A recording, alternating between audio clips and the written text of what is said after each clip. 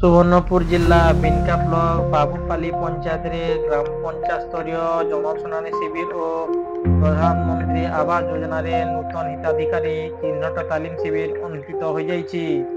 ଏଥିରେ ସମୁଦାୟ 853ଟି ଅଭିଯୋଗ ହୋଇଛି। ଏହି ଶିବିରରେ ବିନକା ବିଡିଓ ପ୍ରମୋଦ କୁମାର ମେହେର, ତହସିଲଦାର ସୀତାରାମ ଭୋଇ, ସିଡିପିଓ ଲକ୍ଷ୍ମୀପ୍ରିୟା ମିଶ୍ରଙ୍କ ସହ ବ୍ଲକର କର୍ମଚାରୀ, ପଞ୍ଚାୟତ ସରପଞ୍ଚ, ସମିତି ସଭ୍ୟ ପ୍ରମୁଖ ଯୋଗଦେଇ ଲୋକଙ୍କ ଆପତ୍ତି ଅଭିଯୋଗ ଶୁଣୁଥିଲେ।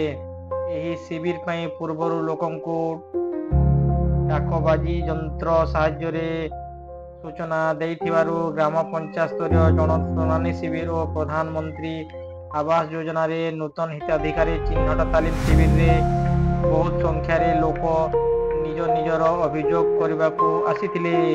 ଏହି ଶିବିରରେ ରାସନ କାର୍ଡ ପାଇଁ 144 ଜଣ, ବାର୍ଦ୍ଧକ୍ୟ ଭତ୍ତା ପାଇଁ 61 ଜଣ ଓ ପ୍ରଧାନମନ୍ତ୍ରୀ ଆବାସ ଯୋଜନାରେ 628 ଜଣ, ଶୌଚାଳୟ ପାଇଁ 15 ଜଣ, ଗାଈ ଗୁହାଳ ପାଇଁ 2 ଜଣ, ଇଲେକ୍ଟ୍ରି, ଇସି ମେମ୍ବର, ରାସ୍ତା ଆଦି ଅଭିଯୋଗ କରିଥିବା ବେଳେ ଅନ୍ୟାନ୍ୟ ଅଭିଯୋଗ ମାନେ ମଧ୍ୟ ରହିଛି।